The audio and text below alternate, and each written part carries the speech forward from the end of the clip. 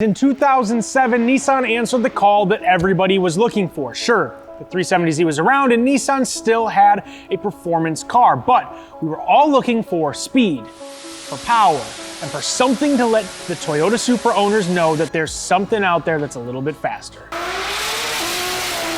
Now, known as Godzilla to some and R35 to others, this 3.8-liter twin-turboed all-wheel drive king of the track takes over the drag strip and pretty much every track there is, leaving others in the dust, and most likely will be one of the fastest cars you have ever been in. Today, we are talking about the R35 Nissan GTR.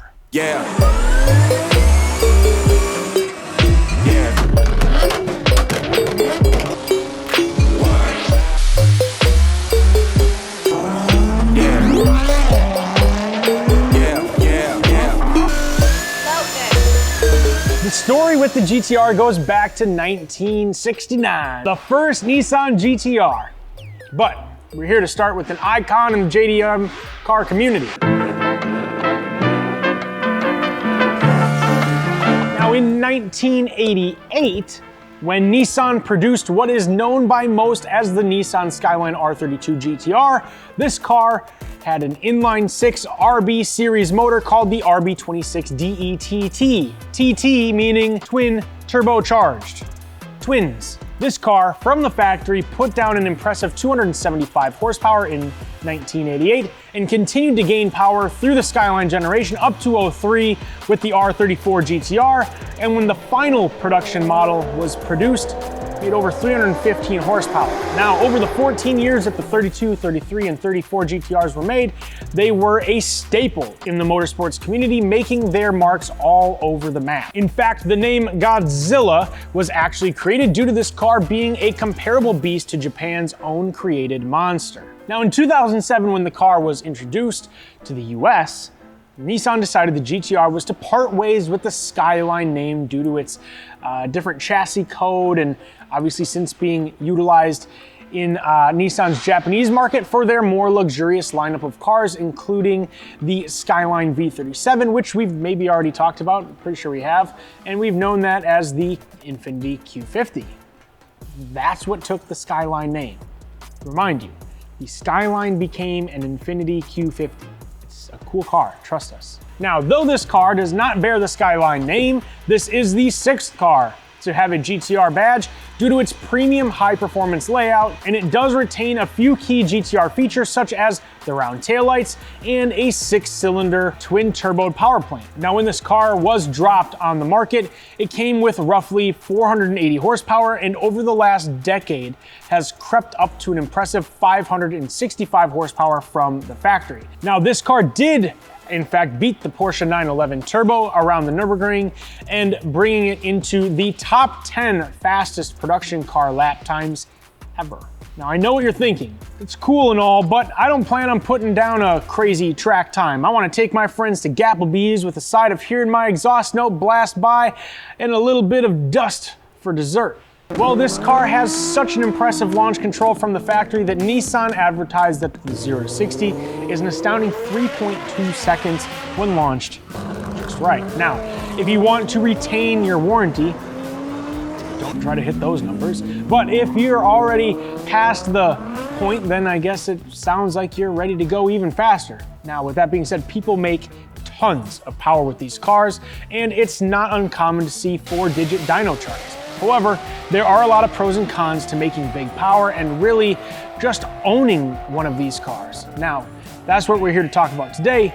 That's what we're gonna get into. Those are the pros and these are the cons coming right up. With that all being said, you guys, first and foremost, something you need to know about is that MAPerformance does make our very own GTR R35 components, a series of bolt-ons for muscle do you good. Especially if you're shopping and trying to be relatively price conscious, our stuff does stack up pretty good to the market. So go ahead and get some MAP GTR parts. With that being said, check out our website down below. We make stuff for all sorts of other stuff and we sell all sorts of other people's stuff, as you can tell. www.maperformance.com. Check us out if you haven't heard of us. With that being said, let's jump into the pros and let's jump into the cons. All right, guys, first pro on the list of pros and cons here is that the car comes with over 500 wheel horsepower from the factory. So, I mean, if you're going out there and you're roll racing some STIs and Evos and all the other tuner cars you see on the street, you're probably gonna beat them all. At least the ones that aren't modified. You're gonna beat those guys. You're already kind of a beast when you roll off with the GTR. And they're super easy to drive, so it's super manageable horsepower to actually rip around on. Now, to touch on that, I guess that kind of is the next pro, is that the car is relatively easy to drive from the factory. It comes with a lot of different electronic driver assistance sort of features, if you want to call it that, where it does make the car and the horsepower that it comes with much more manageable. For some people, it's lost that raw, visceral horsepower feel, so it could necessarily be taken as a con. But if you're somebody stepping into a higher horsepower vehicle for the first time, this is one that you'd probably be able to manage. Next pro on the list is that this car, at least for the most part, holds its value for quite some time. Meaning, again, you're gonna buy one of these, you're gonna get into it, not gonna be upside down and alone anytime soon. Now, we are starting to see some of the older original, like first couple year models drop down into that, mid 40 range in terms of cost. So they are becoming a little bit more affordable in that regard. However, newer models, things like that, take quite a while to depreciate down. So if you do have the car, it's a newer model, you go and pick one up off the lot, you're not gonna be losing a ton of value right out of the gate. The next pro on our list of pros and cons are that parts and modifications are by no means scarce. Just about every manufacturer of parts who's anywhere near relevant to the tuner community makes parts for the R35 GTR.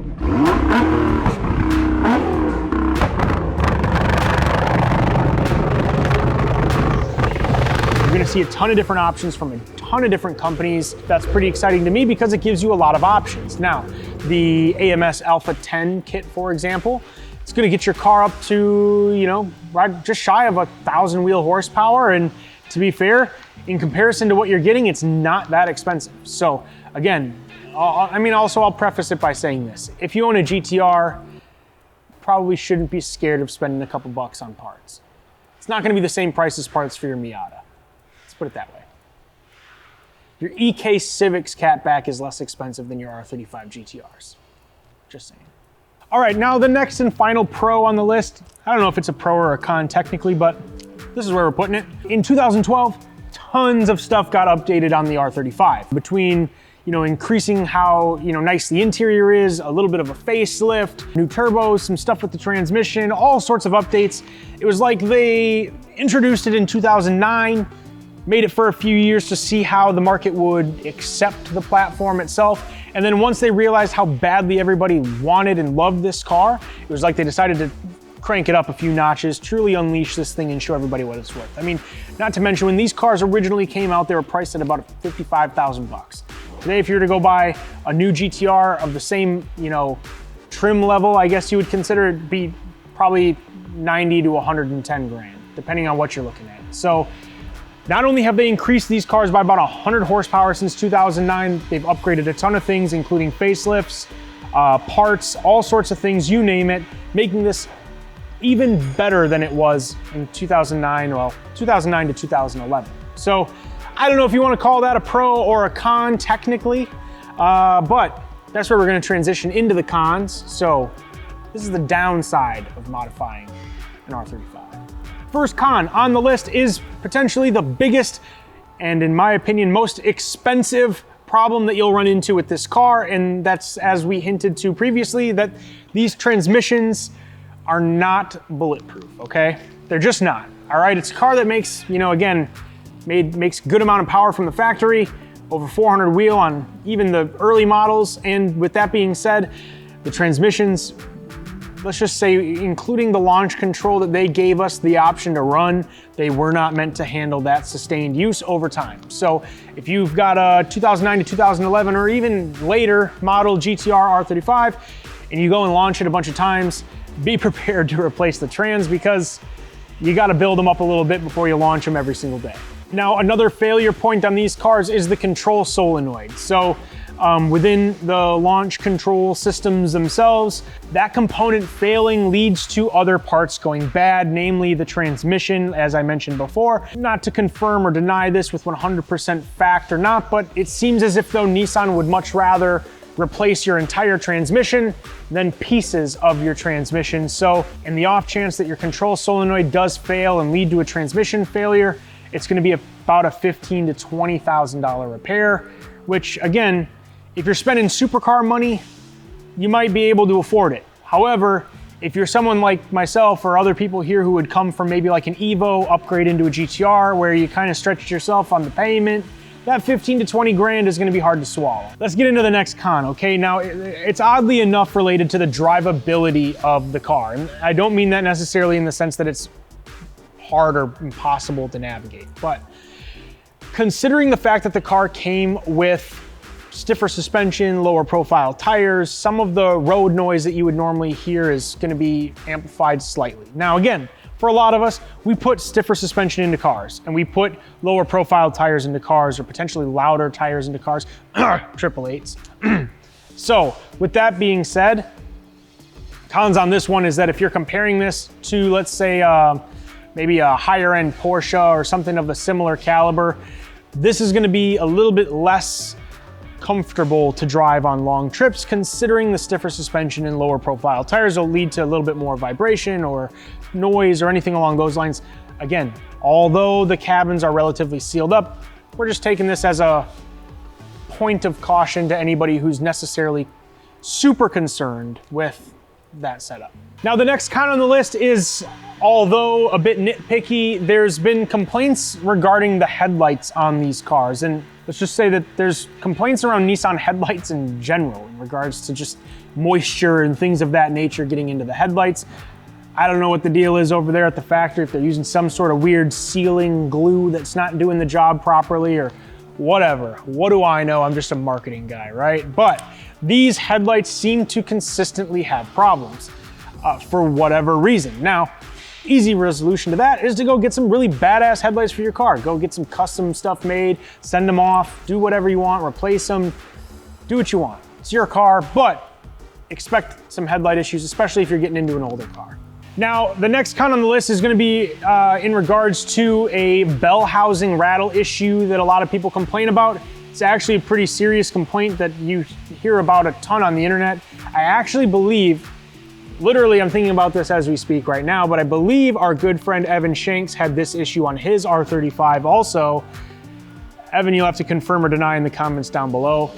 We'll find out. But anyways, now the issue is that the bearings on the flywheel shaft actually begin to get loose or they go bad or something along those lines, which causes them to rattle, which can ultimately lead to much greater failure problems down the road. However, again, the signature sound you'll hear is a bit of a rattle noise coming from within the bell housing itself.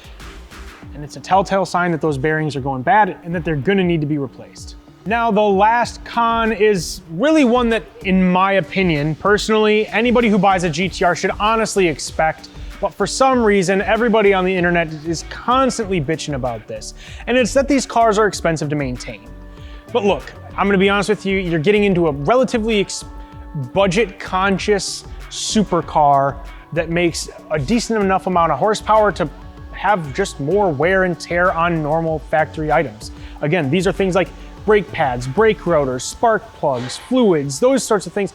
Oil, you gotta use the right stuff. I mean, the list goes on and on and on, but at the end of the day, this is common maintenance stuff that you'll see on most performance vehicles. The problem is that you go into it expecting it to be cheaper because you come from tuner cars, and then it's more expensive because this is like a cheap car for what it is. I don't know, I'm not gonna go on and on. I think you guys get the point, but the maintenance on this is expensive if you're not expecting it to cost what it costs. If you're expecting the cost to be supercar costs, then it'll actually be relatively cheap. So again, it all depends on the perspective that you have on the situation, but for the most part, the maintenance is seen as expensive. Upgrade that shit, dog, and you might not have to change it so much. MAPerformance.com. Anyways, guys, that is where we are going to end the pros and cons for the GTR R35. If you guys thought this was good, leave us a big thumbs up, leave us a comment, subscribe, hit that notification bell, you know what to do. Anyways, guys, we'll see you in the next video. That's where we got it for today. Peace.